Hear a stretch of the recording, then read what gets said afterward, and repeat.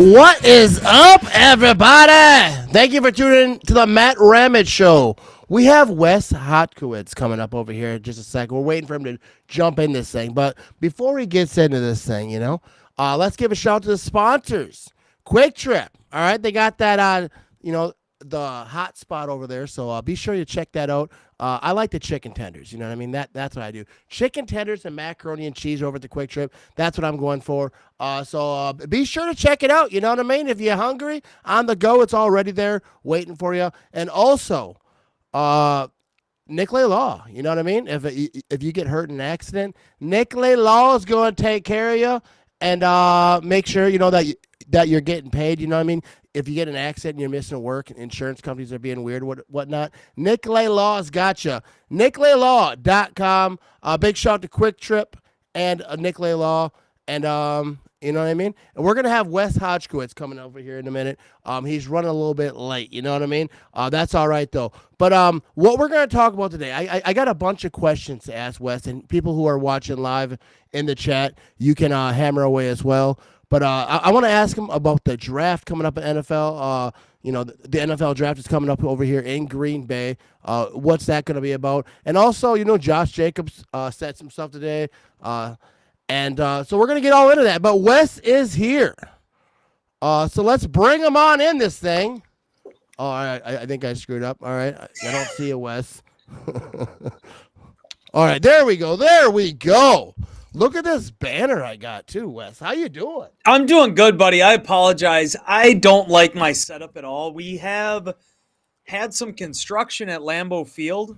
Yeah. So trying to find my new area to do these type of appearances has become more of a grind. I feel like I'm in the back of or the bottom of a can. So to speak, dude. Where it's like you got the bad depth of field here. I'm just trying to find something that works. What is this room that you're in right now? This looks like you're in the tunnel. This is on the 5th floor of the Lambeau Field. So basically where I've been shooting all this stuff before, we were down by like the team meeting room was our past sort of setup as far as where we were located with our offices. We finally moved into our new space, but I just got like a little cubicle. I'm not right by the studio anymore. So I was trying to find a quick spot to be able to do this in.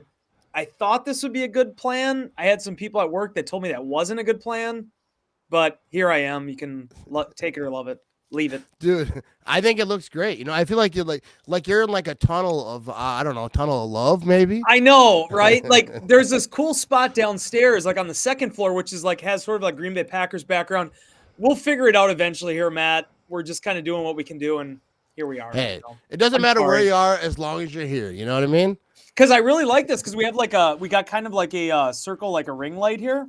Yeah. But it's not quite what I wanted it to be. So I'm sorry. Yeah. I got a ring light too. I got that's all I have. See, but yours looks better, right? Because I didn't get home in time for my setup. So I was trying to find someplace at work that would do all this for. So as far as the podcast, it probably works out just fine. But like the actual visuals of this isn't great.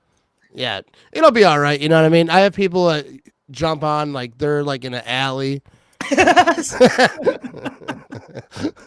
don't know if you ever watched the show. No, I'm just kidding. Oh, no, I do. And I watch when Jimmy's on too, and Jimmy has like 85 different jerseys behind him. I wish I had something as cool as that right now, but this is kind of what you're dealing with. So I think it's weird that like you're in the Packers facility. I've been there, like the places that they let me go to. Yep. There's like G's on the wall everywhere, but you are in a spot that has no Packer memorabilia. You're like, let me find a spot with nothing. I could move my desk over. We have so basically, I don't know if you know the whole story with this. They renovated the atrium. All of our office space is different now. I'm down on the 3rd floor with the IT department, which is great. And I love it. It's been a good work environment, but I don't have like a good spot to do these interviews in now. So I'm still kind of working through that process, but they made these cute little cubicles, like where you can like do interviews or you can take a phone call. And that's where I set up where I did some videos with Grassi before. That awesome, like former position room for the players. Yeah. I could set up in there and it would work out great. But unfortunately, like now that's under construction, so I can't go down there either. So they're just fixing everything over there. Like, what are they all doing? Just renovation. So it was really sweet, dude. We basically renovated the entire tower, like on the corner of the atrium. That's all the offices. Like Yeah. you see 1919 on the second floor, and then there's office space above that. So they spent the past year renovating all of that space. We were down in the team meeting room, like the old team meeting room, because now obviously football has a new extension on the east side of the stadium. So they put us in there that's where I covered the 2024 season, was working in there. I had kind of like a little bit of a vagabond setup, but I had a desk there. Well, then 3 weeks ago, we finally got to move back to our new space, which is for me on the third floor. And yeah, it's the third, fourth, and fifth floor now is all different office space for different departments. So it's been a work in progress. We've been doing a lot of different things, but that's kind of what it is. Unfortunately, again, I don't have an office, so I got to just sort of try to figure out where I fit in. Senior writer, no office. I'm not the editor either. Spofford's the editor, so he has and he's in a cubicle with me too. So if anybody's getting an office, it's going to be Spoff, not me. So I got to just kind of make do. Yeah. So like you're the senior writer, but he's like, nah, that writing isn't going to happen.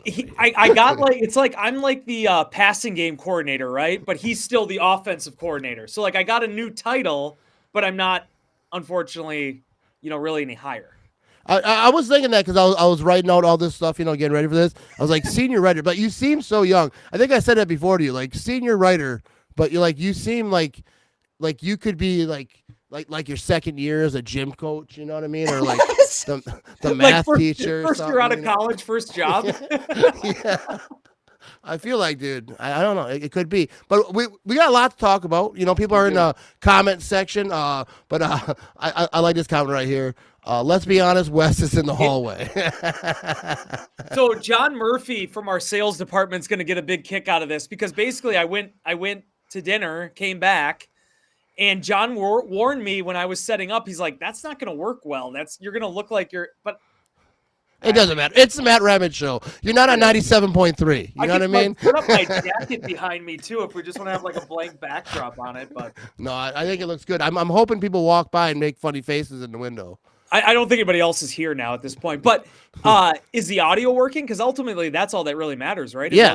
My audio fine, we're good. Yeah, we can hear and we can. I can see it good enough. You know what I mean? But I want to get to Iowa Joe's got a comment over here. Hey Wes, are you having a donut withdrawal since the end of the season? We got a lot of donuts this year. That was nice. So basically, I don't know if Joe's referring to this or not, but yeah, we had Victory Monday donuts.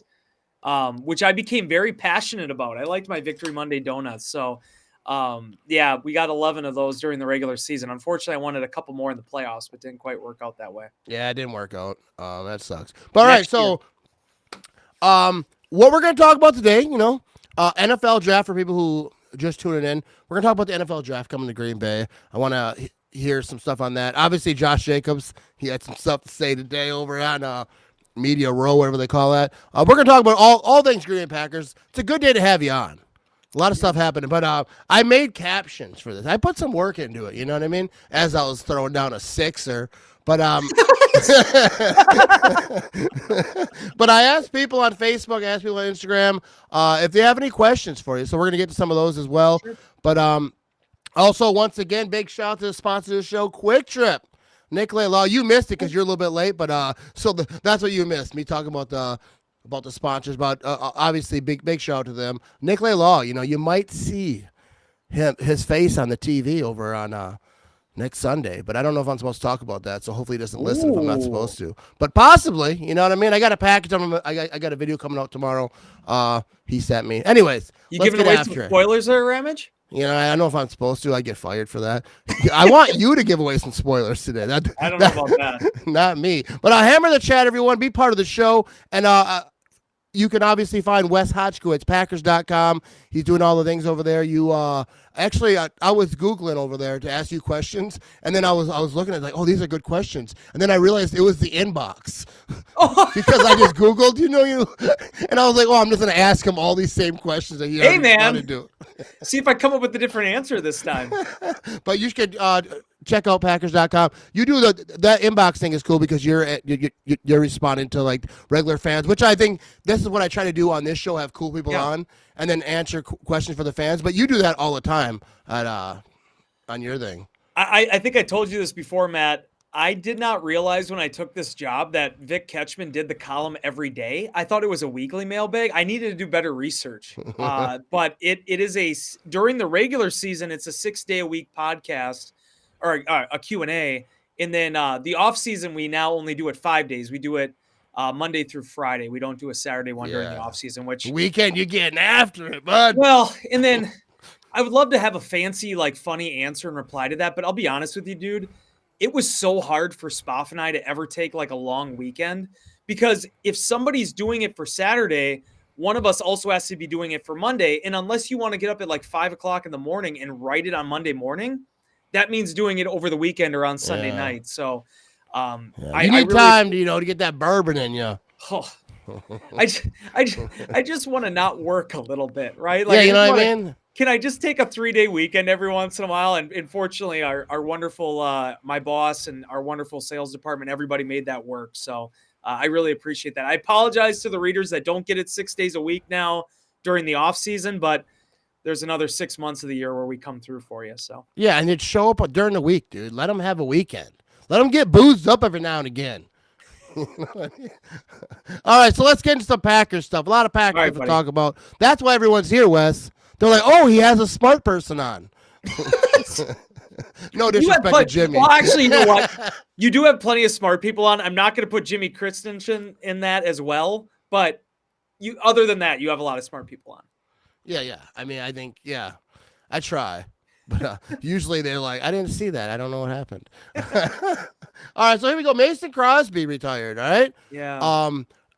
Favorite memory from him, and it doesn't even have to be a game because obviously you have like some, behind the scenes relationships with these guys. But Mason Crosby, a huge part of the Packers history. And like, where do you place him in the history of the Packers? I mean, I think he's up there as far. I mean, Jan Stenerud is in the Pro Football Hall of Fame, obviously, but I think Mace, he's the all-time leading scorer. I think you have to put him in the conversation for one of the greatest kickers, if not the best kicker in team history, at least from the consistency side of things. And unfortunately, the way that this sport works, Matt, you know this, the Pro Bowl, you only have the number one NFC kicker and the number one AFC kicker makes the Pro Bowl. So Mason, unfortunately, never made a Pro Bowl, but he was so darn consistent throughout his time. And I wrote about this in our Insider Inbox column, as you sort of alluded to earlier. The one thing I really appreciated the most about Mace was my first year covering the team was 2012. And as everybody knows, that was the year that he really struggled. And he went through some really bad doldrums there in the middle of the season and then kind of pulled things through at the end. But still, I think he was in the low 60s as far as his field goal percentage. What I always appreciated about Mace, though, in that time was the way he handled that adversity. If he had a poor game, he was there to talk to the media afterwards. When he turned things around in 2013, he never held any of that against the reporters, myself, Rob Domofsky, because at that time I was still at the Press Gazette. So there could have been some bitterness there. There could have been some frustration with the way he was covered. And Mace was never like that. And again, if you know his family, his parents, his brother Reese, his sister, his beautiful wife Molly. I mean, their family, their 5 kids. I mean, they are just such salt of the earth people.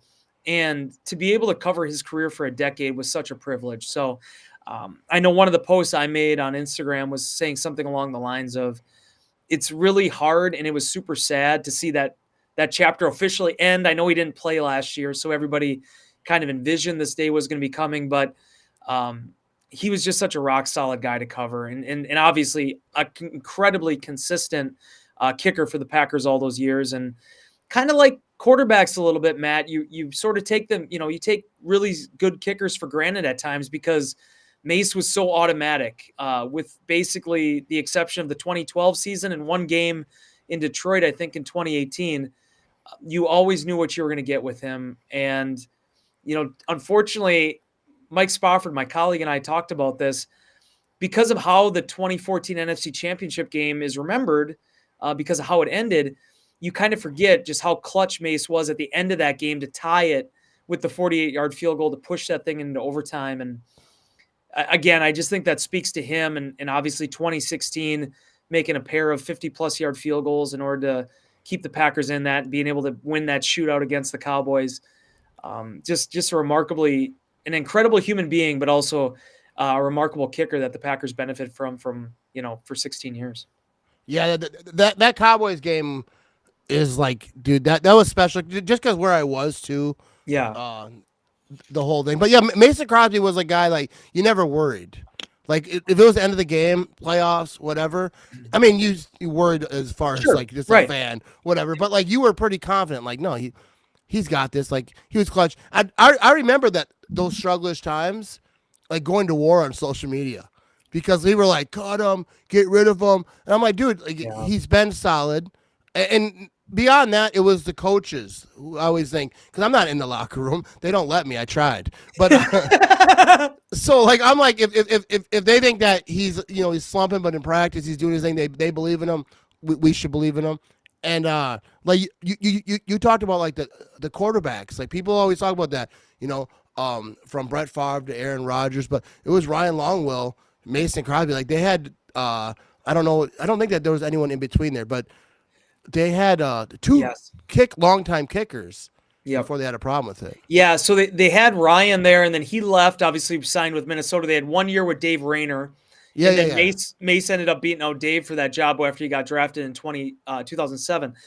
What I love the most about Mace's story was two things. One, I mean, obviously, just speaking strictly on the professional side of things and as a kicker, first off, the commitment that Ted Thompson, Mike McCarthy showed to Mace to be able to get through that rough patch that he went through, and the fact that up until the end, near the end of his career, when he ended up going 16 for 60 and making every field goal, I think was either 2019 or 2020.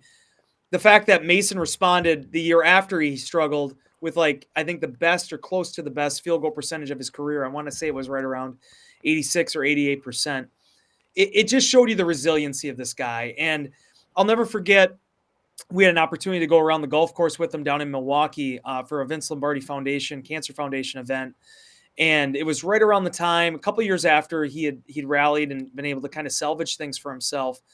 And just seeing his process and seeing the way he carries himself and just the human he was and continues to be. Packer fans were just so blessed to have someone like him kind of carrying the baton there for so long. And I understand how the game goes. And obviously guys get older and you have to make tough decisions. And the Packers ultimately did that. But even when he was in New York last year, I never stopped cheering for Mason Crosby. Oh, just yeah. the person, the player, just the professional. He's going to be the type of guy that, in 4 years, he'll be in the Packers Hall of Fame, I would imagine, very quickly once he's eligible for that. I hope to see him a lot around here once things all wrap up for him. And again, just the way that his family is and his children and everybody, I'm just so excited to see Mason transition. And now he's even doing, what you're doing, what we're doing. Yeah. He's in the media I was sphere too, so. I was gonna pivot over there. You know what I mean? I don't know if that's a real saying in the biz. You It know works. what I mean? Yeah, you're good. No, but so what do you think about Mason? I don't think I hear it ever. I follow him obviously on Twitter and the social media. I see some clips or whatever, but like I think he's doing it in Milwaukee, right? Yeah, out of SSP in Milwaukee, which is actually where when I was at the Press Gazette, I did radio for SSP with Leroy Butler and Gary Ellerson and Steve Sparky Pfeiffer, who's still over there. So, when I saw that Mace was doing that going into this season, I had a huge smile on my face. I love that him and Reese started their own podcast as well. Yeah. Again, I wrote about this in Insider Inbox, but if you know anything about what their family's been through, what his brother's been through, and unfortunately his widow, Brittany, who had such an incredibly courageous battle with ovarian cancer. And that was something that Mason, he shepherded that. He carried that. He really took that on himself as far as wanting to find ways and find answers and help people with it, and kind of make her memory sort of carry on and live on. And obviously Molly also had to go through her own cancer scare as well. I could do a podcast, Matt, for 5 hours talking about Mason Crosby. Yeah. He is one of my favorite people ever. And yes, to see him still doing radio and see him still involved with this, it brings a giant smile to my face. So you think because like you're a pro, right? I guess. How is he doing? technically. Like, how would you rate him? Like, how? 'Cause, Oh, like John Kuhn, like he obviously works with the Packers. When yes. he first came on, I was actually very stunned how good John Kuhn Yeah. was, and because obviously don't know John Kuhn, I've never probably heard him talk about 9 times in my life on TV. But like he is very good. I think he's as good as I know of anyone. So, how do you rank Mason of how he's doing over Oh, on the I put radio? him right up there. I love the fact I get a kick out of it too. I get a chance to listen to his show every once in a while. It's funny, because obviously you have if you have a talk show, you can't just talk about NFL all the time. You have to kind of pivot at times to use the Pivot, word. pivot. And but you gotta talk about other stuff too. And I think Mace has done a great job of that. I gotta tell you, man, and obviously I'm biased because I'm around John and he's part of what we do at Packers.com and obviously does the radio show and travels with us during the regular season. Dude, John Kuhn is the blueprint, man. I love obviously a cult hero and Yeah, somebody that Packer fans will remember forever. In my opinion, at some point should be in the Packers Hall of Fame. I just absolutely love the fact that, he started doing the Clubhouse Live show with the guys down in Appleton with the Post Crescent and Gannett, Wisconsin. And he set out his path really well. And I know he did the radio thing for a little bit, obviously does some work for us as well. It's cool, man, because when I was a kid, it was Larry McCarron's locker room show, right? And you got some of these guys. Brian Noble did his stuff with WBAY. It's really cool now on this side of it to see guys like John, see guys like Mason, a plethora of guys. I mean, Brian Balaga's doing stuff for ESPN Milwaukee, guys that I covered and I saw him on the athlete side, now making the transition over to the media side. That just, it fills my heart because I think at the end of the day, we all love football, right? You love football, yeah. you love sports, and that fraternity that gets built. And it's cool to see former athletes and now former athletes that I actually had some experience covering with when they were athletes kind of venture off into that side of things. I think it's weird like when athletes are good because like they're really good at being an athlete, playing football and playing their whole life. But then like it's not fair. Like you're also just as good at like talking about. I think John Kuhn is just like if he didn't play football, you like wouldn't know, like because there's guys who are just journalists, or not say just journalists, but they're I know what you mean. but they studied like to be good at that. But some players are just like, yeah, I can do that too. I say this all the time because, and obviously Devontae's name's come up a lot now, and still trying to finish off his hopefully Hall of Fame career.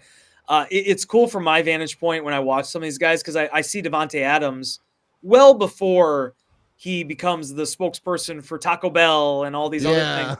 And it's like, dude, you can totally see the personality in these guys and how it would translate. I think Brewer fans would probably say the same thing with Tim Dillard.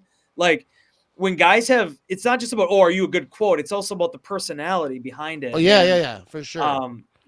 Another guy, just a shout out, I didn't cover him, but, Mark Tauscher, right? Like, yeah, Mark, I think, is kind of the gold standard with what he does at ESPN Milwaukee. And I had a chance to work with him on the Packers radio network for a couple of years when TMJ was still involved with that and Karmazin and everything. But, it's so, dude, again, it's so cool. And you've had Preston on, you've had Haha on. I mean, these guys, there's a transition that comes with being in the media sphere, but they know ball better than anybody. And to be able to make that digestible for fans, I mean, that's what Larry McCarron's been fantastic at my entire life, is making football and the X's and O's relatable to the little Wes Hodkiewicz of the world, because at the end of the day, we all want to understand it. We all want to know more about it. And I think it takes a real special individual to be able to take everything they know and that X's and O's aspect and make it applicable to, everyday life and make sure that people can understand it.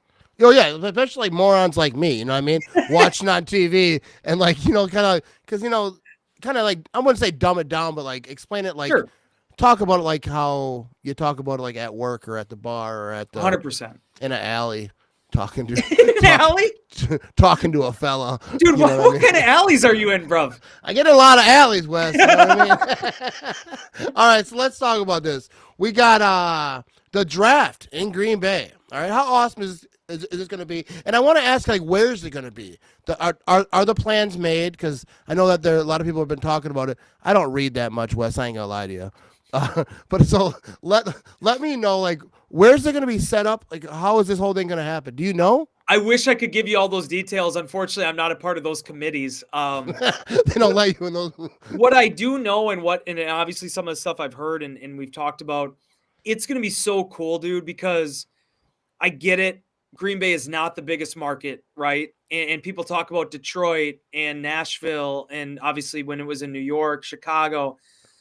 I just think it's going to be such a once in a lifetime opportunity, not only for people of Green Bay, not only for myself as somebody that grew up here and is going to be a part of it, but seeing how we leverage Titletown, how we leverage the Lambeau Field campus, everything to the east with the Resch and the Resch Expo. Yeah, it's a huge challenge, and we're a small town. I get that. But I also think it's going to bring out, I've said this from the beginning, I think it's going to bring out the best in Green Bay. I think people are going to relish it. I think they're going to appreciate it. I think you're going to see people opening up their houses to people. If you've ever been here, to anybody that might not be from Green Bay that might watch your show, if you've never been here for a game day, I'm expecting that like plus 10, right? Times 10. Like I think it's just going to be such a welcoming atmosphere, and I cannot wait to be a part of it. It's crazy to me. I think I was looking at the ticker today down in the atrium. I think we're 78 days out from it now at this point. I mean, the fact that I remember Mark Murphy and Roger Goodell, when they first announced this, that we're at the Johnsonville Tailgate Village and all this was going to be happening, thinking, oh, okay, yeah, a year and a half, that's a long way away. And then suddenly you blink and then we're like 3 months out from it. So I think there's going to be a lot of stuff that's going to get rolled out and kind of the information that's going to be made available to everybody. But dude, it's the coolest thing ever. I just seeing all the mechanisms and the brain power and everybody at work behind the scenes and how much sweat and blood and tears have been kind of invested in this thing, for lack of a better term. The Green Bay Packers, the National Football League, they're going to make it right. And I think it's going to be something that the people that are here for it, that experience it, it's going to be something you never forget. I wish I could give you all the blueprints of what it's going to look like. I'm not exactly sure yet myself, but I do know it's going to be something that I think, especially the community of Green Bay, it's going to put us in the best light and really show everything we have to offer. Yeah, it really is. And people can go look at the fence. I'm on the fence over there. You are, bro. Have you seen it? I did. Well, have I seen it? I mean, do you drive that way? Yes, I've driven every day a couple times, Matt. I've seen the sign. Now, my question for you is that sign still going to be up in April? It is. Okay, good. That's all I want to know. I think every season they change it, but it'll be there for the draft. So. You know what I do need to do before that thing gets taken? I need to take a picture in front of it. I have not done that yet. I think the Packers should take a picture and put it up in the atrium. Just my part. Or I could do like the sign guy thing, like the guy that holds the signs and have Ramage's face like in the painting and see if anybody stops me. I think it's funny because the plant manager at my job saw it. What did he say? He's highly impressed. Everyone who saw it, highly impressed. Like, wow, that's the look you went with, huh? All right, then, bud. You know what? You can tell that fine gentleman. I got a brand, sir. Dude, I do think it's funny.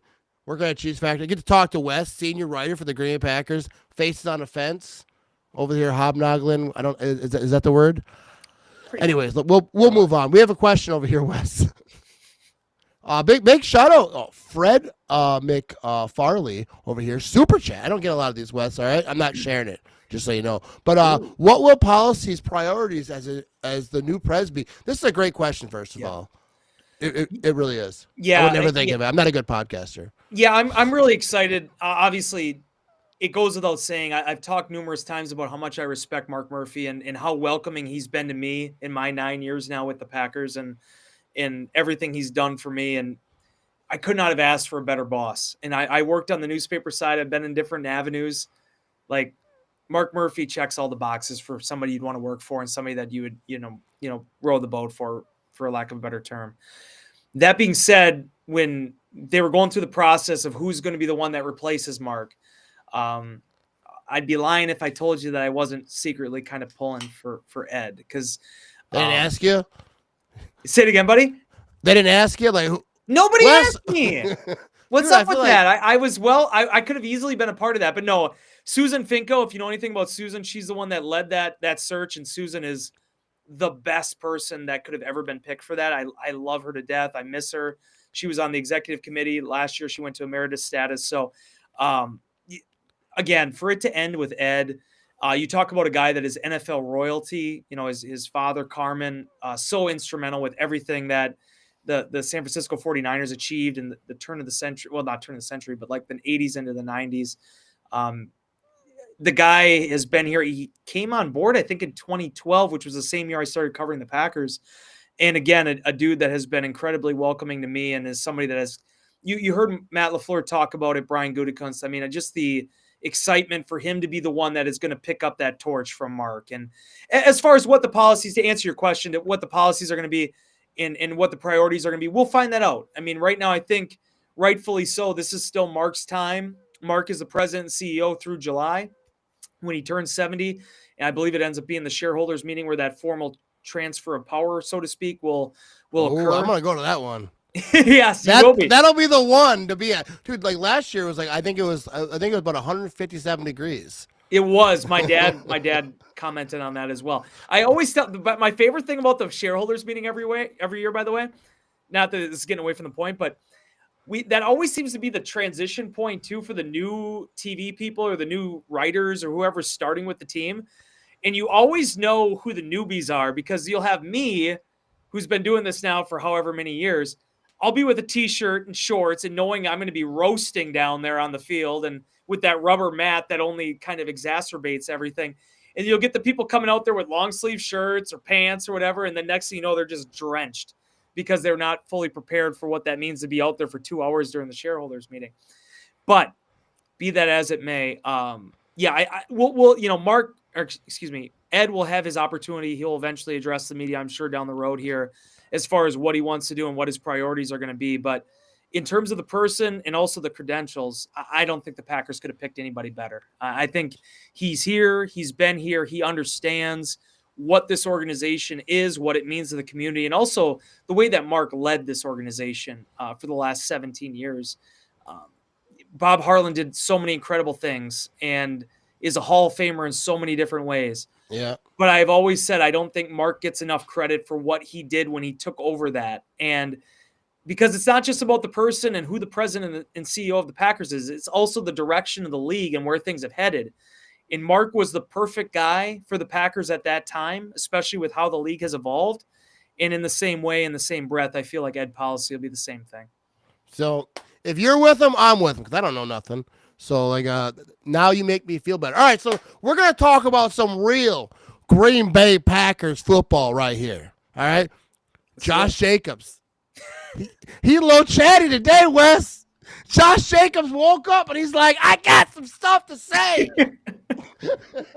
I was going to post a clip. I don't want to steal content, though, but this is from, was it 97.5, right? The Fan? Is that right? Yeah, I think he did kind of a media car wash. Oh, yeah, he did. In New Orleans.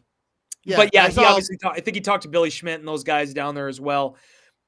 First and foremost, I got to say, I absolutely love and adore Josh Jacobs. Yeah, for sure. I hope it's come out with the coverage this year and the stories and the videos and everything. Josh Jacobs and Xavier McKinney could not have been a bigger home run for the Packers. The players, obviously, it speaks for itself what you see on the field. But Matt, they were also the stand-up guy award winners by the media this year, the Tom Mulhern Mully Award winners this year. That's rare for guys to come into a locker room and sort of not only ingratiate themselves to their new teammates, but also the way they've handled themselves and conduct themselves with the media. Now, what's funny to me about these comments about Josh today is, and obviously everybody's looking for stuff to grab onto. I get that. But if you listen very delicately to what he said after the loss in Philadelphia, I was there during his media scrum for 6 minutes. He talked about wanting to recruit guys, wanting to get guys here, get more people into Green Bay. He didn't say receivers necessarily, but he talked about wanting to be a driving force to bringing more people here like X, like himself.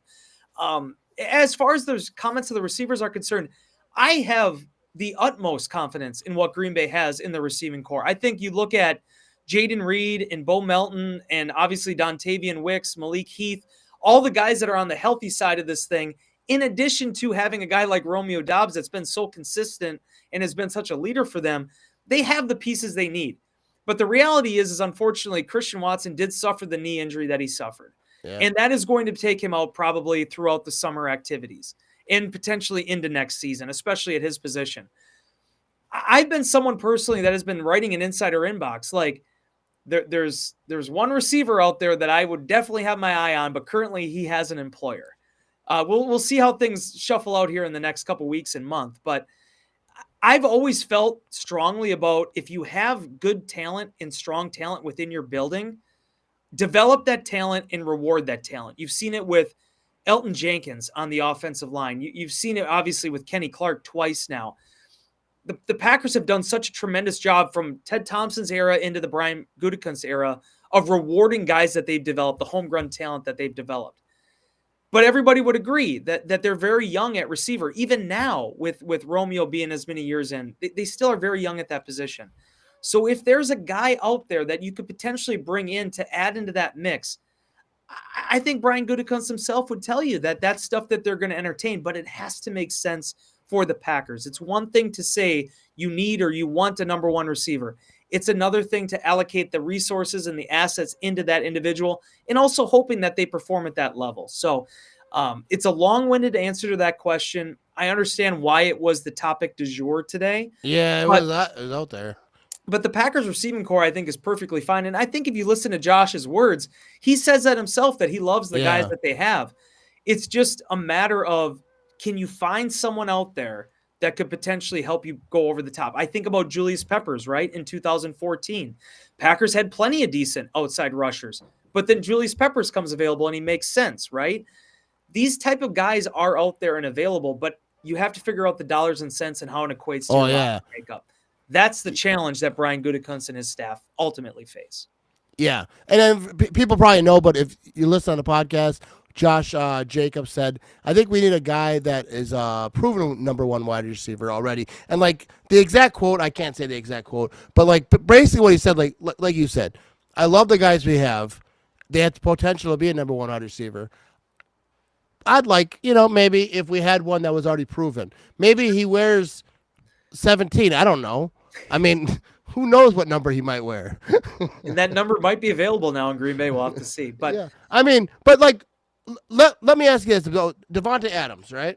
He is the guy who I kind of think he's going to be in Green Bay next year. I have a feeling, but he's currently a New York Jet. Yeah, he's a New York Jet. What was the Jets' contract that they signed? It's bad. yeah, it was a bad contract. So I don't think he's going to come back on that contract. No, it's basically virtually impossible. If he did, what happened was when he ultimately went out to Vegas, they signed him to a long-term deal. In the deal, in order to make it him the highest paid receiver in the NFL at that time, and you got to remember the contract that DeAndre Hopkins had signed with Arizona is what sort of set that standard. Yeah. In order to do that, Davante had to have two really high base salaries at the end of that deal. That's where we are right now.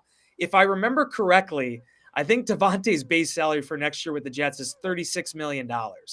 The cap has increased, but that's a lot of money, especially in a non-guaranteed format that you'd have to shuffle out. So what the Jets ultimately have to decide is, in addition to what happens with their quarterback situation, is Davante going to be someone that they want to restructure, hold on to, what have you? Let's say they wouldn't. That's where those type of things become a lot more interesting, because now if he gets cut, he doesn't count towards the compensatory equation. That's how ultimately they acquired Jared Cook back in 2016, where that was sort of the thing that Ted Thompson really did a lot of work with, where he would sign guys that are coming off contracts that got released that they don't count towards the comp pick, scenario. So me personally, again, these are all Brian Gutekunst's decisions. I couldn't tell you exactly everything of what they're thinking. That's something that we'll have to see where all the dust settles. But Davante Adams was an absolute total pro throughout his time here. I hope people understand that. Dude, speak on it. Like, I think his name has been muddled a little bit because of all the issues that they had in Oakland, with the Raiders. But Davante is the man. Like, he was a 3-time stand-up award winner with the media. That's never happened before in the time in which we've been given that award. And yes, he's 32. He'll be 33 on Christmas Eve.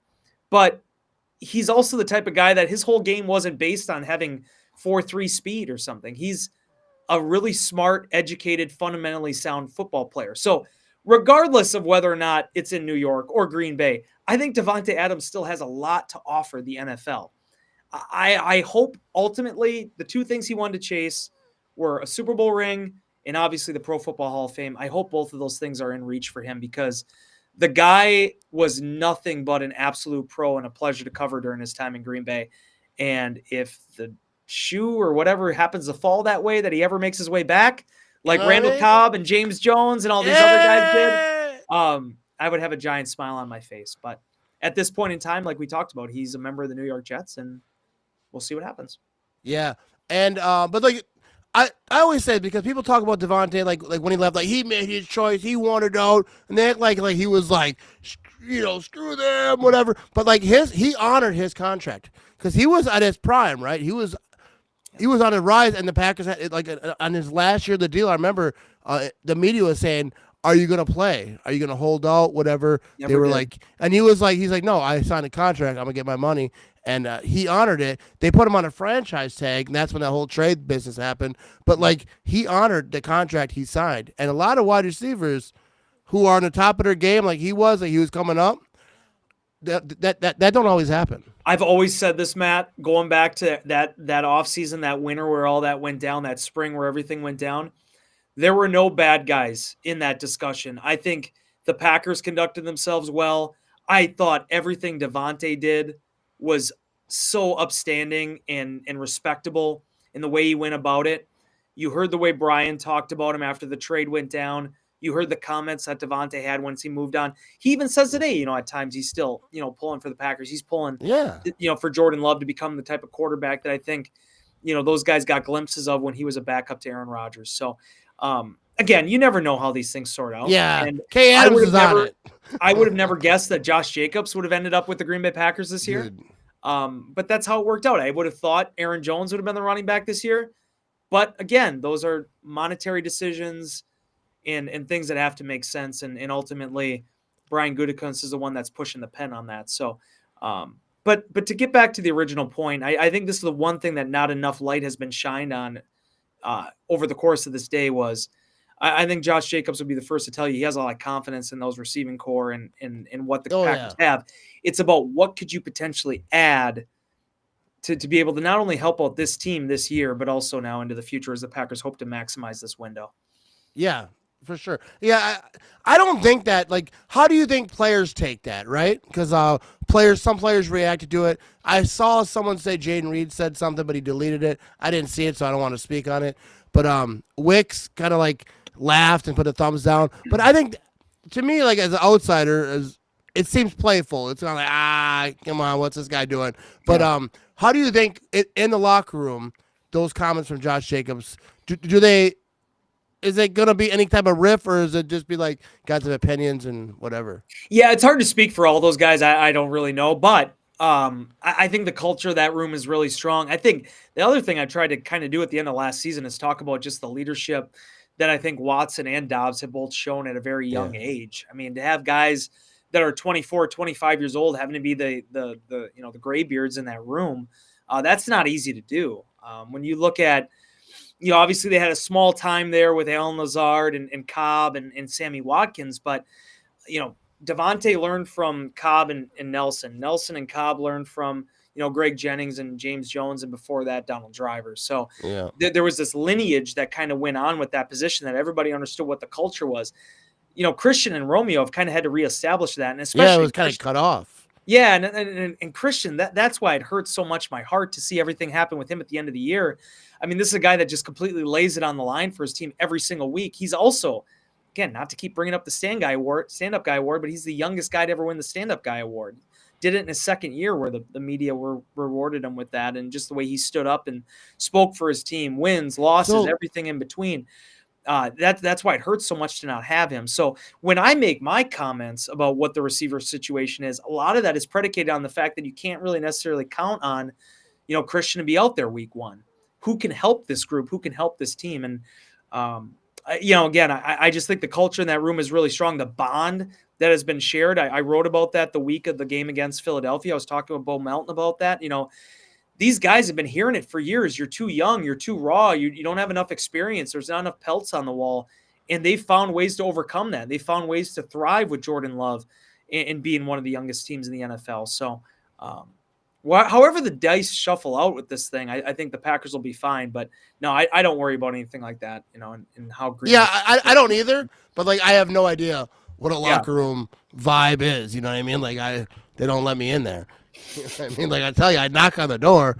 They don't. But all right, I don't want to waste too much of your time. We were at 45 minutes here, so I don't want to get crazy. But we got to talk about some football stuff over here. Yeah, this is a comment from Facebook. I asked people they want to ask you questions. Expectations that Green Bay would consider making trades to grab Crosby, Garrett, or who he would like to see Green Bay go after to further strengthen the defensive side. That's a good question there, Brandon.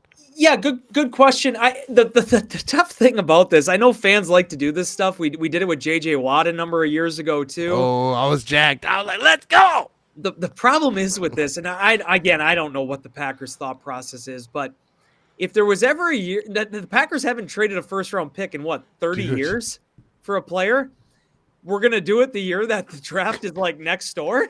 I mean, I don't know about that. Never say never, obviously, but it's going to take a lot of assets and a lot of resources to acquire someone like, Max Crosby, obviously, Myles Garrett, everything they bring to the table. That's why, to me, it's like I think free agency would make a lot more sense. I know a lot of people are drawing the lines with like Khalil Mack and like some of these other guys that could potentially come in. Maybe there's something to be said for that. But I get it, man. I know why fans think this way, because when you have a proven asset, it becomes a lot more clearer. Or, if you feel like you don't need as much hindsight to be able to make a move like that, because the proven performance is there. Obviously, I don't know if there's been a pass rusher who's been more consistent ever in the NFL than what Myles Garrett has done, being able to have the amount of 10-sack season, the amount of 14-sack seasons that he's had. But again, the Cleveland Browns are not going to give up that type of player for free. And no, they're not. There's also the monetary compensation, the financials that have to factor into that as well. So it's fun to talk about. It makes really good football jargon. I love the Bleacher Report story that I think I saw on my Instagram about basically what every 32 teams could do to acquire Myles Garrett or something. I mean, like, all this makes for great fodder. But well, first of all, because there's none to talk about. It's a week leading up to the Super Bowl, so everyone gets jacked up. But you brought up a good point. I didn't mean to cut you off there, but because a lot of people are talking about this. Would the Packers trade the first round pick? Because let me tell you my thoughts on this. Like, when it first started coming out, right? The draft is in Green Bay, right? Mm-hmm. I thought there's no way the Packers would trade a first round pick with the year that the draft is in Green Bay. It would have to be a special situation. But then I see people like Aaron Nagler, who I respect as a football knowledge person, right? Yeah. And then he's like, they're not going to put that into consideration. I don't know his exact quote. I'm not trying to misquote him. Yeah, but I kind of feel like he was on the other side of that. Like, if the right situation, they would. And like Peter Bukowski, everyone's kind of has an opinion on this. But like, smart people are like, if they wouldn't trade a first round pick because the draft's in Green Bay, that's incompetence. That would be bad for the team. But like, I get that, because like, if someone offered him like a crazy deal, first round pick, you get this crazy good player, contract situation lines up, everything is good for you, and they're like, no, because it's in Green Bay, we're not going to do that. I get that part, but like, they don't typically trade the first round pick to begin with. Like, it's not like, they like first round picks. They like, that's how the whole Packers thing is built through the draft and all that. So like, if like you said, is this the year that they would be like, we're going to trade the first round pick? Because like, is there steps? Let me ask you this first. Is there steps? Could Goody do that, or does he have to get permission? Or in your opinion?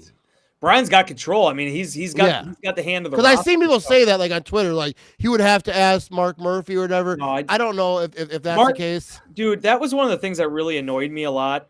And there were so many narratives when Mark kind of created that hierarchy where he was going to have Brian in 2018, where it was Brian, Russ, and then Mike McCarthy.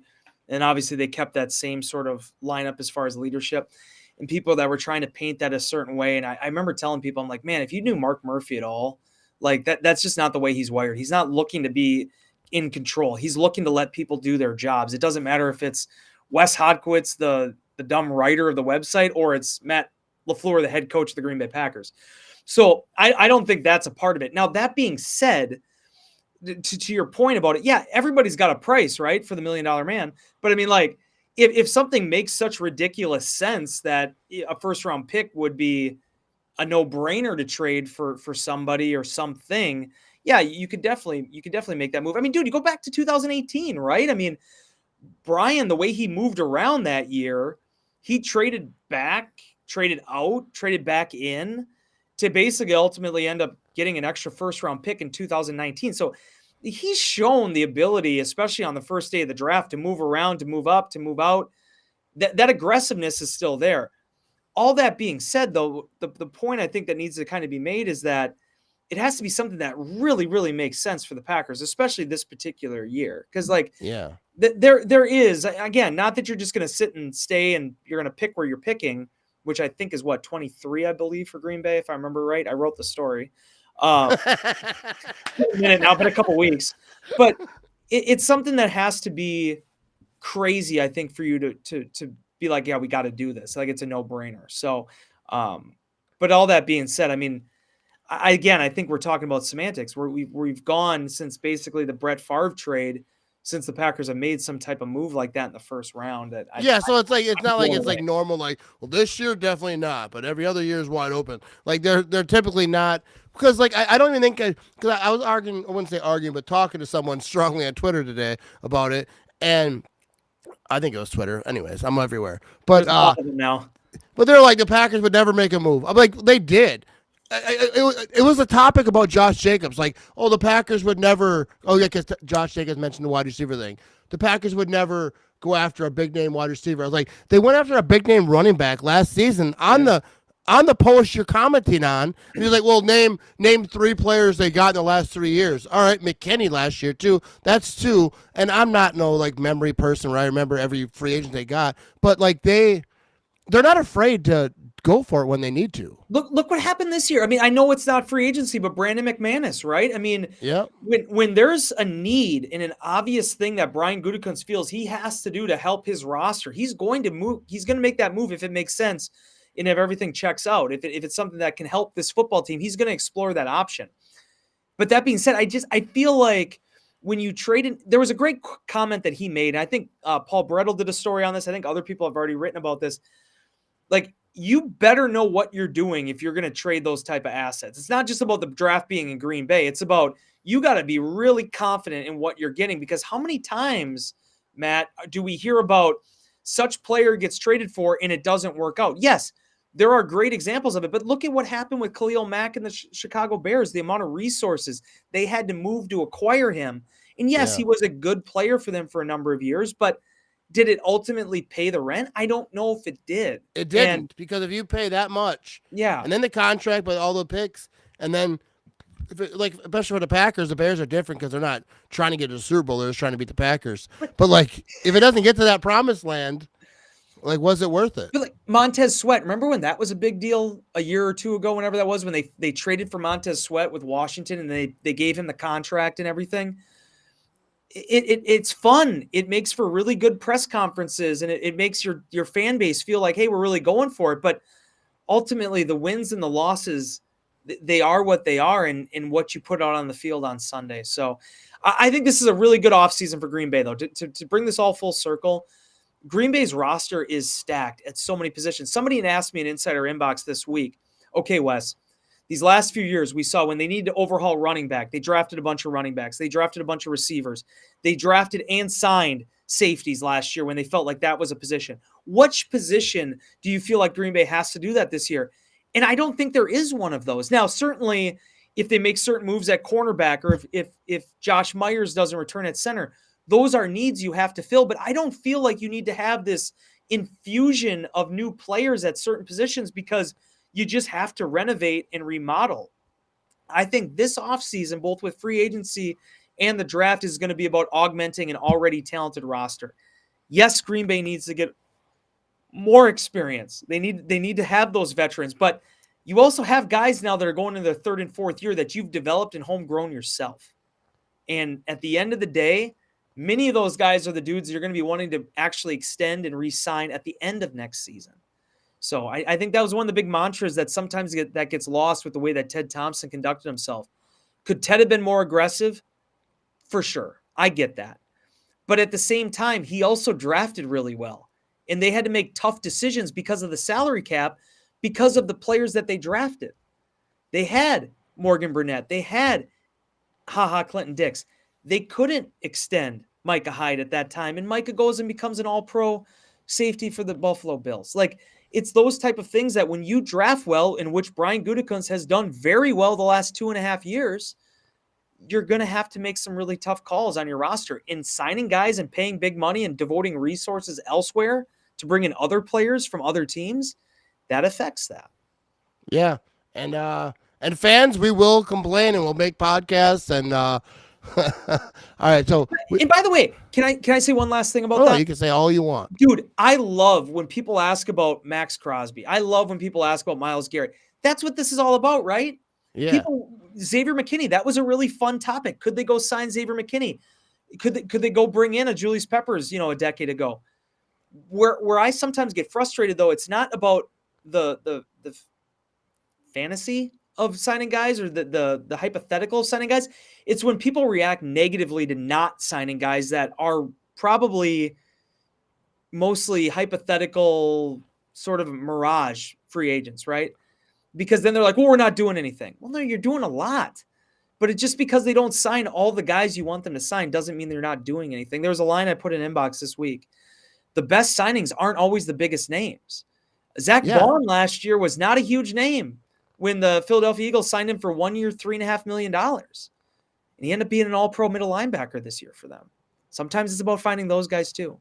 And sometimes it's about not signing the guy because a lot of teams sign the player. Dude, the Darren Waller trade that never happened. Yeah, so sometimes it's just sitting down and not doing anything. That's my whole life philosophy, Wes. That's how I go at work. You do plenty. All right, so I don't want to keep you too long, so I'm going to skim through some of these, but I'll try to answer them. Give me more questions. I'll try to be briefer. All right, so we got one from Ann over here. I think this is is this your friend? Oh, right, Anna! Dude, Anna Murphy, Pochast. Yeah, she's our social because media you said on Instagram. But what concert are you looking forward to? Well, according to Anna and Liv, our other intern, G-Eazy is going to be playing in Madison in April, and I am 100% going to that. I'm a massive G-Eazy fan. Dude, I got a big concert list coming up here. I've become more of a concert guy as I've gotten older. Like I didn't go to enough of them when I was younger. I mean? Older I get, I'm like, too many crowds, too many people. Dude, I think there was something I remember talking to one of our other interns in our sales and business department, Liv Hoffman, about this because she went to Noah Khan. Well, tried to go to him last July at in his concert he was supposed to have down in Alpine Valley, and it got delayed because of thunderstorms. So then they rescheduled for September. And obviously, my life, you know how September is. That's not going to work for me on a Wednesday night in September. But then I've regretted that ever since. So I think it's brought this new thing out of me. Like I feel like I got to get to all these concerts. So we went to the National in Madison at the end of September, which was fun. I went with my boss, Duke Bauer. I am scheduled to go to Gregory Allen Isaacoff with my former coworker, Tessa Ruid. That's going to be in middle of March. And then with a number of different coworkers, I'm going to Sam Barber the end of March because I'm going to the owners meetings. I was supposed to leave for the owners meetings on Saturday. I had some commitments work out, so I got that rescheduled to Sunday now, and I'm going to go to that concert on Saturday night and then go to Orlando, now it's Palm Beach. I'm going down to Florida the next day for the owners meetings. Dude, you're doing a lot. And now G-Eazy is playing in mid-April, so I have my hands full with a lot of different activities here, But yeah, Anna's going to want me to say G-Eazy, so I'll say G-Eazy. There you go. Shout out to Anna. So I saw that you were at WWE. I don't want to keep it too long. We're almost at an hour here. Man, stop saying that. You cut me off whenever you want to cut me off, but don't worry about the time aspect. Okay, I'll just keep you here all night. We'll just hang out. You can do that too. I'll take PTO tomorrow. No, but you were at a WWE. Like, how did your love for WWE? I mean, I think we talked about that before, but you go to these events, dude. So. And I'm not going to sit here and act like, hey, I'm a guy that watches every single WWE event. It's just, you have a kid, you have a life. It's harder to do those type of things. I typically don't watch a lot of television, but I've said this many times, dude. I think college courses should be taught in pro wrestling psychology because so much of what I've learned about what I do in my job today is based on pro wrestling. The way you have to interact with the crowd, the way you have to engage an audience, because dude, there is no business in this country that I think better personifies what a company has to do to entertain and keep an audience than the WWE. Like, because dude, think about it. It's all about the characters that you develop, the storylines that you develop, and at any given time, the viewer can just be like, I'm not feeling this, I'm going to move on. Breaking Bad went, what, 6 years? Game of Thrones went 8 years. They stop. WWE has been going weekly episodic television twice a week, my entire lifetime, basically. So I have so much respect for that. What's cool about WWE right now, and what was cool about going down to Indianapolis for the Royal Rumble, it brought life full circle for me, because my father, who does not know a darn thing about pro wrestling, but was an unbelievable parent to his only child, used to take me to the watering hole when I was a kid to bring me to All-Star Championship Wrestling. They'd have these small independent events on the volleyball court, the sand volleyball at the watering hole. The first event I ever went to, the first show we ever went to, was main evented by a gentleman by the name of Dino Bambino, who was an incredible pro wrestler, never made it on the big time, but was an incredible regional wrestler, and Adam Pearce, Scrap Iron Adam Pearce. Scrap Iron Adam Pearce ends up being a big Packer fan. He becomes a producer for the WWE, eventually becomes their on-air general manager and their authority figure, now currently the GM for Raw. And Adam and I, over the last 10 years, have really formed a beautiful friendship. Being able to meet up with Adam and Indy and introduce him to my father and have my dad and him shake hands was like one of those like cool, all-around neat moments. Because it's like we went from my dad and I in front of maybe 200 people in a sand volleyball court watching this little wrestling show to a 65,000 seat Lucas Oil Stadium where we're sitting down on the floor. Tom Grassi, his girlfriend down the row from us, got like so many different celebrities. John Mellencamp's like 2 rows in front of us. And it's me and my dad. And I can't tell you how many times that night, Matt, I just looked at my dad. I'm like, I can't believe this is happening right now. Like, it is, like, as a son, like, I know people's dreams aren't to be like, hey, I want to take my dad to pro wrestling. But for someone like me, like that, my dad sacrificed so much for me in my life to help me get to where I am today, to be able to share that moment with him. Like, dude, as long as I live, however long this ride lasts for me, I am never, ever, ever, ever, ever going to forget that. Like, that was one of the best weekends of my life. Seriously. Yeah, that is awesome. I get that, because like he got you into it, like brought you to all these things, and now you're in a position to like, now you're the man. People want to see Wes. No, you're the man, Wes. You got him right down there in front. You think I can do that? You want to see wrestling? You might as well watch on TV, because we're getting the seats way up top. But I mean, like, and it was funny. He wasn't even supposed to go with me. I think you know him. My buddy Scott Vency was supposed to go with me to this. Scotty, no problem. Backed out. I had the extra ticket available. I crap you not, dude. It doesn't matter how old you get. Your mom still worries about you. My mom was really nervous about me driving down to Indianapolis by myself to meet Tom and his girlfriend. And I think basically pressured my dad into going. Yeah, she's like, you need to go with them. So we had a great time. You probably drove her somewhere one time, and she was like, he's not good at driving. Well, and this is the other thing that was funny. 2 years ago, my parents and I went down to Nashville. It was our first family vacation in 21 years. It went fine. Everything went well. We came back during an ice storm. My mom was a nervous wreck. It was that part of it was whatever. But we weren't the type of family that traveled a lot. I've never been out of the country with my parents. You know, like my vacation when I was a kid, we'd go down to Noah's Ark for 3 days. Yeah, dude. I never left Wisconsin. Yeah, it's like, hey, we're going to Wisconsin Dells. Yippee, dude, let's do it, you know? And this is before all the water. We went to Bay Beach. Yes, exactly, right? We didn't go to Wisconsin Dells like I got teenager, but to that point, yeah, Mahad was a little bit nervous about me driving down, so Pahad came with me, and ended up being one of the best weekends of my life. That is awesome. You know what was also cool too? I don't cover the combine anymore because the way this has been going, Brian has been the only one going down. I don't know if Matt's going to go down this year. He didn't last year. So we don't really need to send both writers anymore because there's just one GM. So Spofford goes to that, and I've been going to the owners meeting. So it's been a couple years since I covered the combine. But it was the first big event I covered when I was at the Press Gazette. And it was kind of neat, too, being able to walk around Indy in the convention center and basically showing my dad, like, what I did when I used to work down there. Like, covering the agents meeting, covering the actual combine itself. Like, that was kind of cool, too. Indy's a great city. I love Indy. I think that's cool, like, kind of showing, you know, like, what you do. Like, because both of my parents worked at Georgia Pacific, right down the block here. Yeah. Broadway.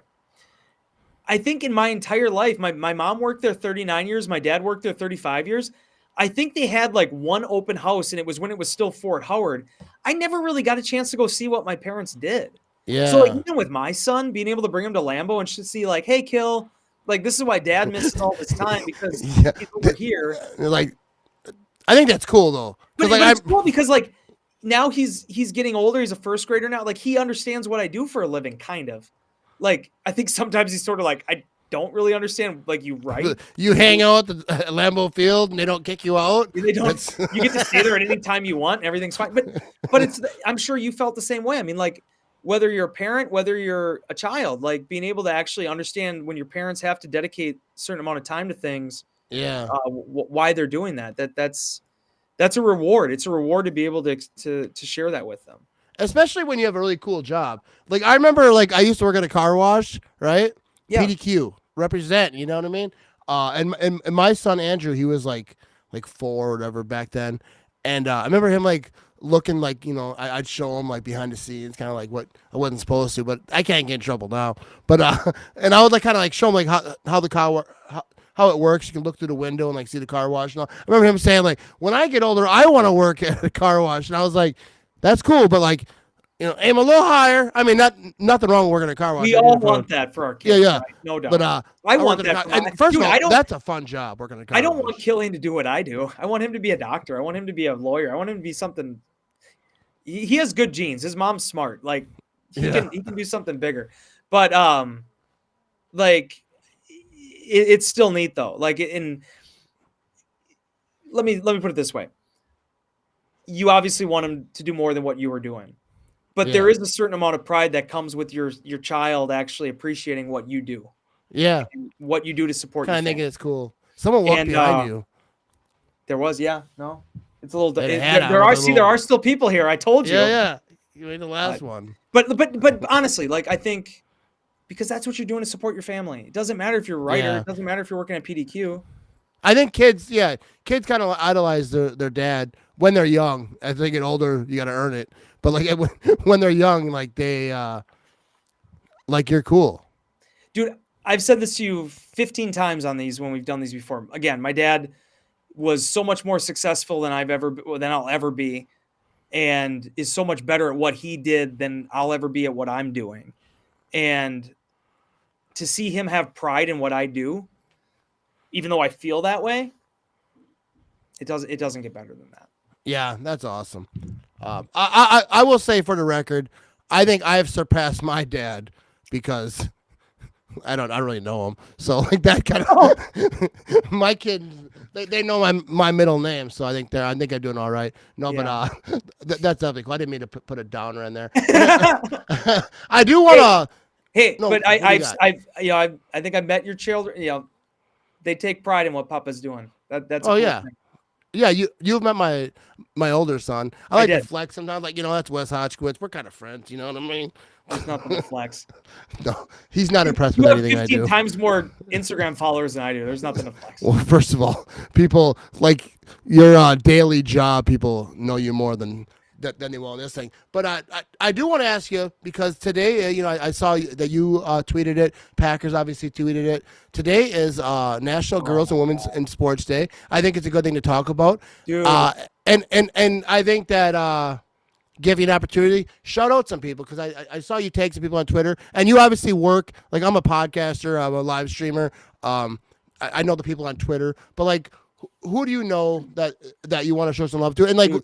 How important is this to kind of represent? This is the best day of the year. I know people say that. I tweet it. I put it on Instagram. This is the best day of the year because it not only is an opportunity to honor all the women that are involved with this and what they've overcome to be a part of this and what they've been able to add and the value they bring and the vision they bring, but it's also a chance to really show you some of the people that I work with.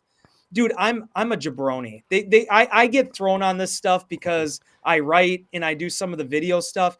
I am a microcosm. I am a speck in this universe of everything that we have and the people that we have in this organization. And dude, Renee Gabriel is our social media manager. She came on board with us last May. Her first week, I believe, at the Packers was when we did the schedule release video. Like, she has completely renovated, upgraded everything with our social media. Her vision, her creativity is become one of my best friends. Like, her coming here and doing what she's doing and the vision she's setting, I cannot say enough about her. Jennifer Ward is our UX coordinator. She was an intern with us. She worked her butt off for 3 years as an intern, 2.5 years as an intern, finally graduated into a full-time role. She does everything with our website. She helps me out with anything that I need. And it's a back and forth process, but just her work ethic, man, I just idolize it. I absolutely, her family, everything, best people on earth. Nicole Tim helps me with the game day program. She's been working with me for the last 4 years. Had to wait even longer than Jen did to get a full-time opportunity. Is absolutely killing it on our website. Lauren Stone / Anderson. She just got married recently. She does a lot of our creativity stuff between both our digital and our social platforms. Incredibly hardworking, incredibly creative, super smart. You have Olivia Grover and Anna Murphy, who you mentioned a little bit earlier with that question, our social department, bringing unbelievable amounts of energy to us and creativity and helping with everything that Renee does on the site. Haley Trena is our digital intern. She's the one that is responsible for putting up my stories, putting up our stories, putting up the videos and photos that go along with those stories. It is the coolest day of the year for me because I feel like there's so many people that do such incredible work within this organization that people do not see. And there are so many people that are so much better at their jobs than I am. And I will shout from the rooftops about them. I will never stop talking about them. So for you, Matt, to give me that opportunity to just pontificate a little bit about everything they bring to the Packers, I really appreciate that because they absolutely deserve it. No, because like I think that like especially on social media, like with especially with the trashier people, they always got jokes and they got something to say. But like there's so many good women in sports. First of all, like in Cheesehead TV, there's so many like obviously like I wouldn't say on my level because Cheesehead TV is a little bit above, but there's so many people who are talking about it on whether it's ESPN, Packers.com, wherever it is. I don't know anything. Dude, I'm just on here. I drink beer and just have cool people on. You know what I mean? That's what I do. Like I'm like, I don't know anything. The people ask me questions like, "Oh, what do you think that the Packers should do?" On the offensive line. I'm like, dude, I couldn't even name all the guys. You know what I mean? Like the whole depth chart. I couldn't name that. But there's just so many people. Mina Kimes, I think, is someone who I like. Obviously, on the top level. But yeah, like I think that. A lot of douchebags on the internet who have a lot of opinions. You know what I mean? There's no other way to say it. And I just think that you shouldn't need to have a day like this. But until we don't, we will. Dude, I love it. And I love what the Packers have done. It was a beautiful photo they took with all the women that were available here that were working today that could go down and take a picture at the Hudson Center to get honored. And again, man, like it's just it's a powerful thing. Like there are so many people. I think of Julie Larson over at the Press Gazette, one of my copy editors. She basically is like the sports editor now over there. The impact she had on me and my writing, and I think about the ladies in our brand and marketing department. Christian Shand and Haley Becker and Hannah Pewson, Brooke Huban, all these people. I wish I could name everybody because like there's so many cool people that I work with that bring such incredible vibes and energy. And because Matt, I think this probably from some of your things and obviously also what you do. If you don't have good coworkers and you don't have people that bring out the best in you and make you smile when you go to work, it doesn't matter if you cover the Packers. It doesn't matter what you do. It's going to be the worst day, worst job ever. And I have so many people that I'm blessed to be with and blessed to spend time with. And yeah, you seem like you have so much fun at work. Like your Instagram stories, like you guys are always like posing. You're always like doing some fun stuff. I always think I think Wes might have the best shot. Obviously, you work hard and it's No, draining. you At have to times, have but that. like Yeah, you have fun. You got to have that, because if you don't have that, dude, it's especially during the season, it's 80-hour weeks. It gets long, and everybody here works hard, and I don't work any harder than anybody else. But if you don't have people that you want to toe the line with, it's hard. Dude. And yeah, It is, but like you said, you work as hard as everybody else. But like you say, you're like one of the last people in the building. Isn't that the thing? Were you the first person there today? not always. Or you were like the 97th person there today? I will say this: I'm usually one of the last people to leave. I have the photos in my car by itself in the parking lot to prove that. But I'm not a great morning person. I've never. Yeah, you're like, I'm not the first. I got into newspapers, Matt, because at the Press Gazette, I didn't have to be in until like 10, 11 o'clock in the morning. I got plenty of time to sleep in. But yeah, I mean, it's just it's just we all, dude, yourself, man. How many times have you told me, hey, we're gonna shoot this, so then I'm gonna go to bed for 3 hours and I got to get up? Like, yeah, I work at 4 a.m. Not tomorrow. Tomorrow I'm off because I had to take my wife to a place. But like, I still gotta leave at like 5 a.m. It's like, oh, my day off. I took a vacation day, but I'm not. It's funny because I'm not a morning person, but I'm up every morning. But I used every sick day I got, plus a few. You know what I mean? But I got one more thing to ask you. Yeah, buddy. This was awesome. First of all, big thanks to you because this was great. I think we tackled a lot of good stuff here. I had to make up for it with this background. I had to try to give you some decent verbal content here. So it is Super Bowl week. It's kind of like a. First of all, I want to ask you two more questions, if I may, because what's your like thoughts? Like, I think I had it a caption over here, but we don't need it right here. I think this is the one right here.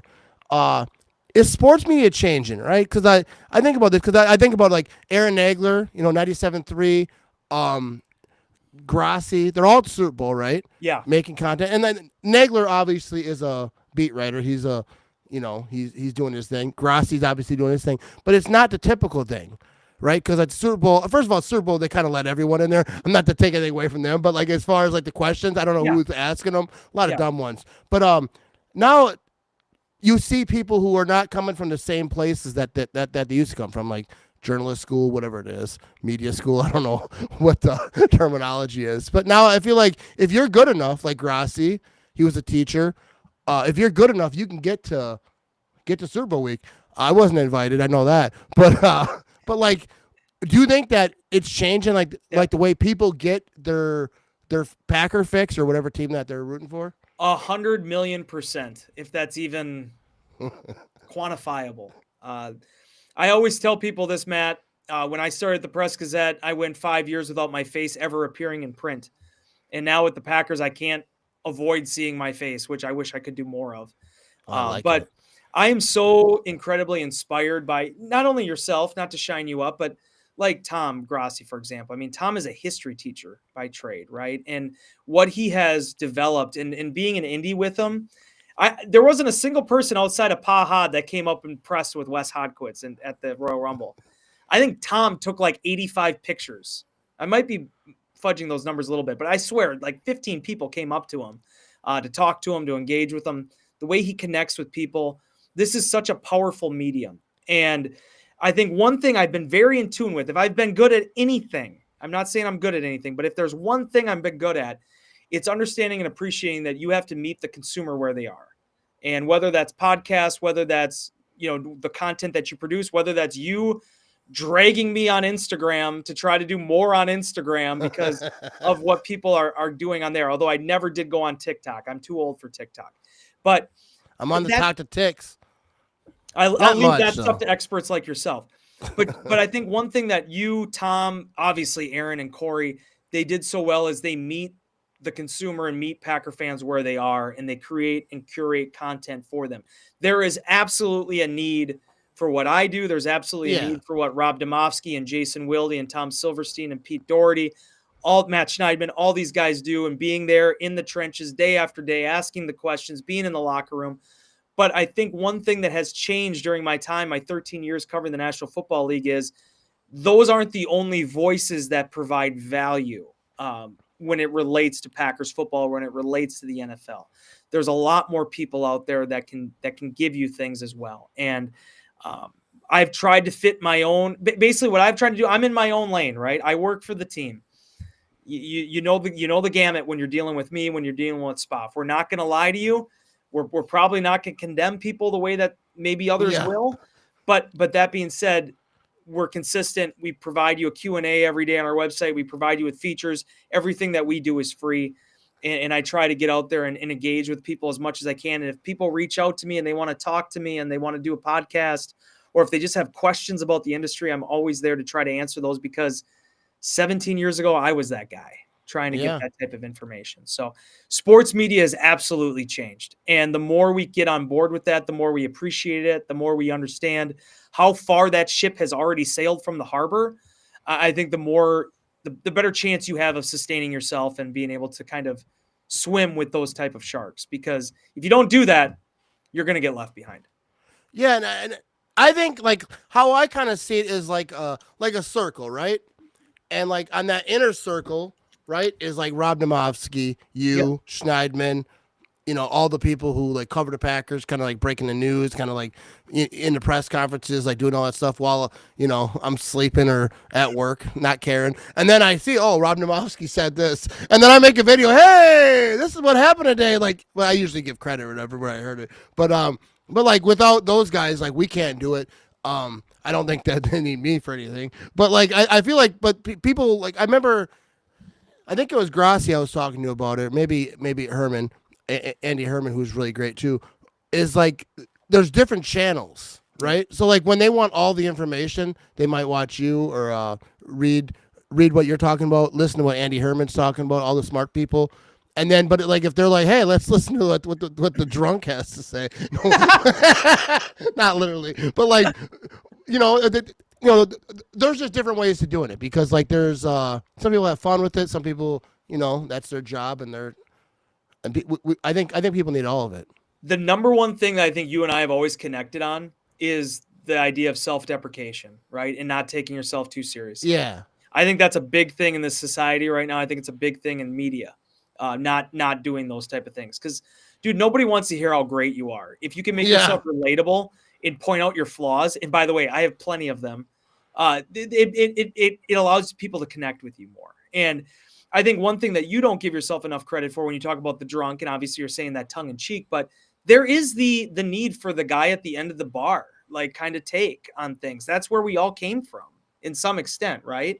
So being able to make things relatable, and I will give Mike Spofford credit for this. I know a lot of people sometimes will rag on Mike for sometimes being the older gentleman, not maybe always up on the times on things. Spoff recognized this from day one. Him and Vic Ketchman both recognized this. The idea of how quickly to expedite your content. If there's a big story that happens, write it clean, write it fast, get that thing on the internet. It's no different than what you were talking about with the videos that you produce. If there's something out there on a topic that people are talking about and touching on, there is a huge need to get that information out there quickly, because in 2 days, the topic's already shifted. Might still be the same subject, but a different form of it. Yeah, and I'll say it's like any content creator, like what happens on Twitter is like what'll happen on Facebook tomorrow. Yep. So like if you're on Facebook, like I share a lot of Twitter news, not just news, but like I try to do videos, but lately I've been slacking. But like you're a busy guy. But like I'm not. I've been watching Game of Thrones for like the 9th time. I'm on season 7. We can talk about that another day, because I could do a whole podcast about Game of Thrones. I love that show. But like I feel like Twitter is like first, right? Like you guys are hammering away. Like as soon as it happens, even Adam Schefter, all the guys who report stuff, Packer people, all of them. Yeah. And then, but they're like, there's so many like Instagram or whatever, wherever you're doing it, like you can share, but share it your own way. Don't just steal the content. Like make a video. Like I like to do like the green screen thing where like it's behind me, so it kind of shows who said it. Because I'm not breaking news over here. No one's ever yet. Yeah, not dude, yet. I should be a newsbreaker. I'll just start DMing players. Hey, do you have any dirt you want to talk about? You want something you want to break? Matt Ramage. Do you remember? God, oh my gosh. Well, I can't think. I'm gonna botch this. But there was a couple of years ago. Remember, there was a story that broke in the NFL, and I think it was like off of some Reddit user whose like username handle was something I can't repeat. But and they're like, and then like literally like Schefter had to, like, people were like getting after Schefter, like, you got to give credit to who said it first. And it was like some random guy with, again, a username I can't use. But that stuff happens. So, dude, it's funny because like there was actually one of the stories about Aaron Rodgers and something about like a cleaning service for his house. That story that kind of went crazy. Yeah. That was in my Facebook group. I have Yes. a Facebook group, Green Bay Packer Backers, which I created. I don't really spend time with it. I have people who run it. But I don't like spend a lot of 'Cause you time in got there. people. No, but like groups are Facebook groups. You don't know. People who watch and listen, they know. It's a wild. It's like it's a jungle of Packers world. But I try to stay off Facebook if I can. but like that, like, people screenshot it from there, and like the story took off. But it came from my Facebook group. Like someone really? like, I work at a cleaning service, and Aaron Rodgers scheduled a cleaning service for his house. That's why he's coming back. 'Cause, like, you know, when there was those years when it was like not sure if he was gonna. And I remember like Pat McAfee was talking about everyone. I was like, dude, that's my group. I didn't want to say none because I was not real proud of that. That group. Not that I'm not ashamed of the group, but like Facebook groups are crazy, Wes. You don't know. But anyways, So yes, the answer to your question is sports media is changing. Oh yeah, it definitely is. Like, dude, yeah, but like people have different channels. Like you want like all the info. Go to Pack a Day Podcast, great podcast. She's at TV, all this stuff, you know. And like first of all, I joke about being a drunk. This is like the first time I drank in like a week and a half. I didn't drink last weekend. Me and my wife watched movies, we chilled out. Because people always say you're an alcoholic. Like, no, I'm not. I work at 4 a.m, and my wife wouldn't let me. I would if my wife let me. Like, hey, we day drinking? No, we're not. We're not. Take a nap. But Super Bowl coming up right here. This is the last question. I kept you way longer than I want to. Hopefully it doesn't cause a problem for you. But hopefully you told me, have at it. Super Bowl picks. And, dude, first of all, no, refs. What are you thinking? Are you allowed to talk about refs? Am I allowed to talk? Okay, for the record, I don't want to come off like, don't you read what I write? But like, no, I've been going off about refs for 2 months, Ramage. I'm sorry. Hey, I don't read. I told you I don't read. I watch the videos. Here's the only thing. This is the only thing I'm going to say about this, and we can talk about Super Bowl picks. It just drives me nuts, man. I'm on vacation next week. I wrote my last insider inbox for today. I don't have to write inbox now for like a week and a half, which is, if you know anything about me, I might as well be in the Maldives. Like, I might as well be like in like the Bahamas. I don't have to write inbox for a week and a half. I'm the happiest boy in the world right now. Yeah. I don't have to think about those questions. But I said this. This is what drove me nuts about the press conference that Goodell did. Dude, referees have a thankless position, whether it's high school, whether it's the NFL. I don't feel like, my whole argument when I talk about referees is I don't feel like we're doing enough to help them. That's where I'm coming from. It's an inenviable task. The WIA in Wisconsin is having a hard time finding enough officials for its high school and youth sporting events. You want to encourage people to do it. But parents are kind of, you know. That too. Parents are all horrible sometimes. But exactly. But and maybe sometimes it's me too. But whatever. The point being in this is the NFL is $1 billion industry. They have technology coming out of the wazoo, if I can use that term. No. Money coming out. Beep. But they have so many resources. Let's do more to help these officials. So when Goodell does his press conference and he talks about officiating is outstanding, it's not what you want to hear. You don't want to go, with respect, you don't want to go over to a fast food chain and wait in line for 20 minutes for your order, get it brought out to you, and then not only have to wait that long, but then find out it's an inferior cheeseburger or cold fries, and then them tell you, no, it's hot, it's fine, everything's good. Yeah, it's the best thing you ever had. Yeah. Officiating's not fine. There's more we can do. And I don't believe the stuff about the Chiefs. I don't think there's no conspiracy. I just think it seems to line up, a certain way. But Matt, go back to what happened in the wild card game against Philadelphia. Oren Burks, I don't think anything malicious was intended, but he lowers his helmet. He drives his helmet directly into the face mask of Keyshawn Nixon. Nixon fumbles the football. He recovers his own football. The crew awards the football to Philadelphia. New York looks at it for whatever reason, doesn't change it. I saw what happened with offensive pass interference. I did not expect anything to get changed. But the number one thing I loved about it that brought a smile to my face, the independent neurologist pulled Keyshawn off the field because he had a helmet-to-helmet collision. Why did that happen? Yeah. Why did he have to get looked at if there was no foul, if there was no issues, if there was no fumble? Because something happened on the field that needed to change. That's a good point. I hope we get a lot better with the use of replay review. And by the way, last point I'll make on this.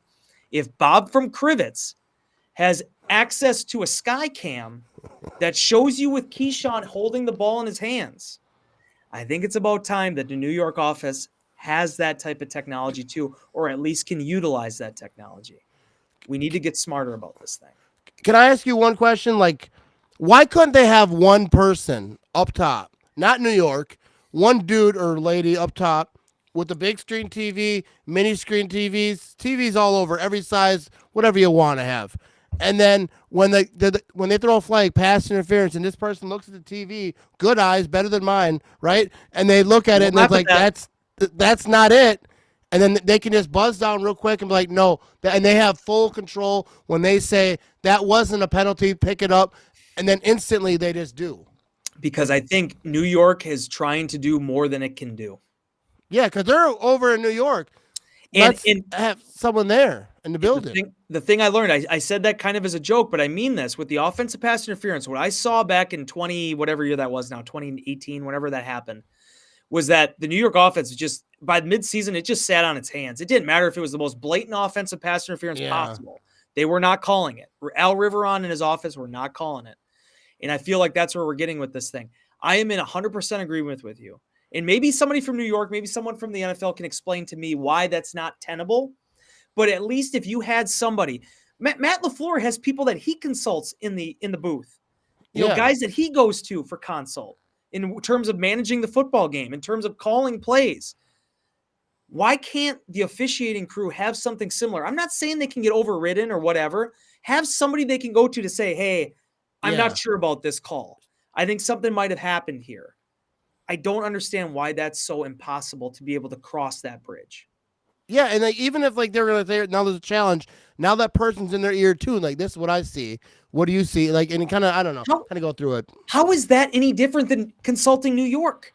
Yeah, they just have someone that's there that's just focused. They have every screen available. They have this, you know, in the business that Buffalo went through. Like, dude, I was a little bit hard on the Bills about the Josh Allen sneak. Only because you knew inherently what you were up against calling that play after they had the issues they already had trying to execute it, right? Yeah. They were not converting 3rd and shorts and 4th and shorts at a breakneck pace. They were having a hard time doing it. And when Allen ultimately gets stuffed, I wasn't surprised. Did he probably get the first down? Yeah, but it's a spot decision by the officials. And again, New York's not going to change the spot of the ball when it's just a rugby scrum. Yeah. But there has to be a way, Matt, to be able to do more. That's my only contention. There has to be something we can do. They have to, you can't, you know, throw crap on a plate and tell me it's, you know, a glazer. Outstanding. This is a quick trip glazer. No, that's a pile of crap right there, bro. But all right, so moving on, I want to get you out of here, let you go home to your family, let you live your life again. He said, you know, I've been watching Game of Thrones right now. You are a hostage. You are a hostage. I'm a hostage. All right, so Super Bowl picks. I'm stuck up at the wall. Is that what you're telling me? Someone's in the back like, knock twice on the wall if you need help. But who do you think winning this game? And like, do you care who wins or? I could not care less who wins. Yeah, I'm going to stop myself. We just got done talking about women in sports. Kelsey Tehan, who was our social media intern many years ago, she's a social media coordinator for Kansas City. She won a Super Bowl route last year, so she already got one. But if I had a rooting interest, that's my one rooting interest is Kelsey's presence in Kansas City. Go ahead. No, this reminded me of a question I don't have written down. Oh. So when I was a kid, I always heard when a team wins a Super Bowl, everyone gets a ring. Wings? Everyone gets a ring in the whole facility. Yeah. how far does that go down? Like if the Packers win the Super Bowl, do you get a ring? I would get a ring. Yes, I would get The Mike same Spofford ring is- that like Jordan Love gets. I mean, obviously like they have. that I I think they have them don't- customized for the stars. But They like, do. yeah. No, they are customized. I've seen them. So would you have one that said Wes? No, it would have Hodkiewicz on it, and I know that's a that lot they of letters, though. That's why I thought you'd go Wes. I know they can do it. I don't even know if I have a choice. I know they can do it because Jill Austinson, who works in our finance department, wonderful lady, awesome lady. She actually, I finally wore a Super Bowl ring. I'd never had worn one up until about 3 weeks ago. She wore hers to work, and it did have Austinson on it. And I think she has as many letters in her last name as I do with Hodkiewicz. Spofford has a ring. My boss Duke has a ring. Employees Is it the do same get ring the rings. players get? Like similar to like, let's say, Yeah, Kelsey, no relation. But her ring was, if it's not the same one, it was ginormous. So, but yeah, that's awesome. I think How everybody low does it go? I don't mean to say low, but like, let's say someone. I don't want to say anything like around like disparaging or like No, I talking know what you down mean, on like people. full-timers But like, you're talking but like the people who like work around the facility, maybe If they help you're- clean or. Again, I don't know for a fact because I haven't been here when this happened, but I'm pretty sure if you're like a level 1 full-time employee, I think you get a Super Bowl ring. Dude, I want to get a job over that Lambo because they're gonna win one pretty quick, and I just want the ring. Like I don't know, did the snow shovelers get them? Because I'll shovel some snow. I don't know about that one. That one might No, be hard. No, that usually gets to get people. Hey, come on in here, $10.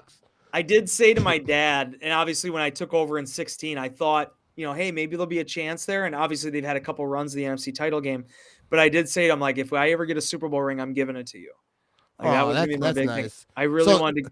I'm gonna clip that so it Yeah. sounds like you're telling me you're gonna give it to me, and I'm gonna sue you. It's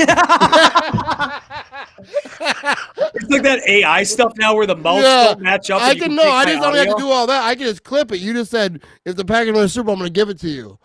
I'll If the clip Packers it. win a Super Bowl, I'm going to give it to Matt Ramage. Yeah, no, we'll play that in court.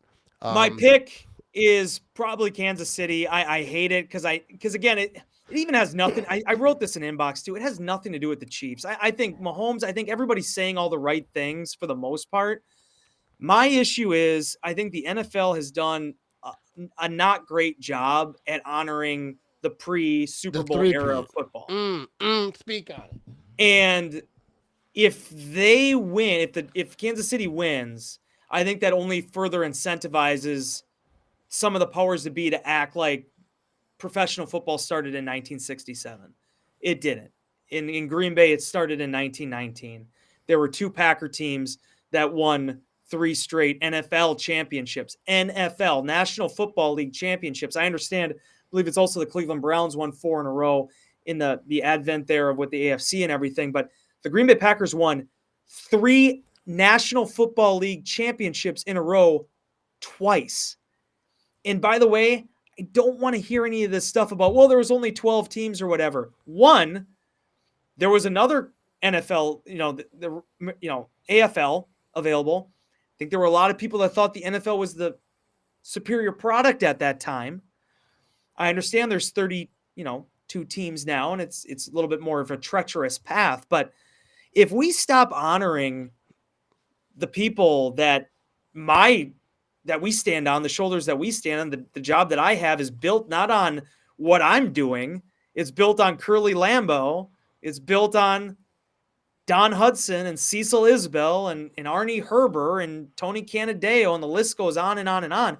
If we don't recognize that, we've completely lost the plot. So that's the only reason. There's a part of me that's pulling against Kansas City, but also being in Philadelphia and being a part of that, I'm kind of cheering for KC myself, to be honest with you. All right, so I got a couple things to say about that, and then we'll wrap this thing up. I am absolutely not rooting for the Eagles because, first of all, I mean, I'm not going to talk bad about their fan base, but they're not good. They're mean. They yell at women. They steal hats, which I think is weird. Like they like hats of other teams. I just feel like I don't want them to be happy. And if I'm being honest, I don't think I have an Eagles fan friend who's a very good guy. Yep. I just think that it's crazy. Like the videos you see, I could not imagine being at Lambeau Field and seeing. I mean, I know that not everyone at Lambeau Field is like a magical paradise. But I've been to many games. I've never seen anything crazy. Pretty welcoming environment though, dude. Yeah. I've been around to 30 30 of the 30, no, 28 of the 30. Well, actually, and I was at Lucas Oil last weekend. So I've been at 29 of the 30 stadiums in the NFL. Wow. If You're there's a more almost getting the inviting one, Grossi level. yeah, 29 and 30. But if there's a more inviting atmosphere for a road fan in the NFL, I would love to hear it. Because I think the amount of stories we hear from insider inbox readers that maybe are fans of the 49ers or other teams that come in here, it's a celebration of football. Yeah. Certainly you cheer for your team. You want the Packers fans to cheer as loud as they can, but it's a celebration of football. Yeah, don't be a douche about it. I witnessed a lot of stuff this year. I'm not going to go into it, but a lot of stuff, especially in this playoff trip. Yeah. For me personally, I understand they've won a lot of football games. I understand the three-peat thing is something the NFL might gravitate towards. There's nothing like that I experienced that would make me want to cheer against the Kansas City Chiefs, other than the fact of them trying to complete the trifecta. Yeah, and shout out to Andy Reid, you know what I mean? Love him. But yeah, but like the three-peat thing irritates me because without those teams and those years, not just the Packers, the Cleveland Browns, the Detroit Lions in the 50s, but all that built it.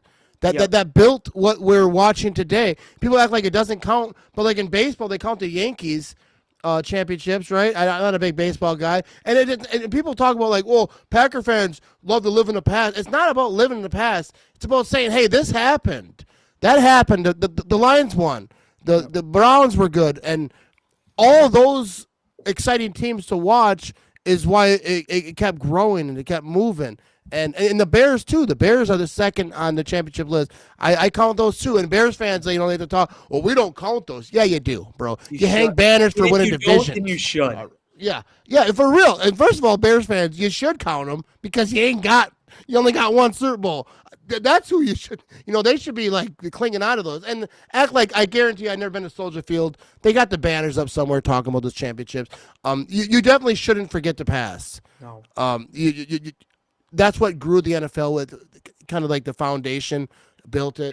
And, I'm not saying that we should be bragging and flexing and be like, well, we got, being all crazy, but like, yeah, I think I'm more proud of not the championships, but like we were one of those founding teams. Like Arizona was one of those teams. Yes. But like they don't have, they don't have the championships. And the Packers checked multiple boxes. Yes, they have 13 world championships. They have 4 Super Bowl victories. Yeah.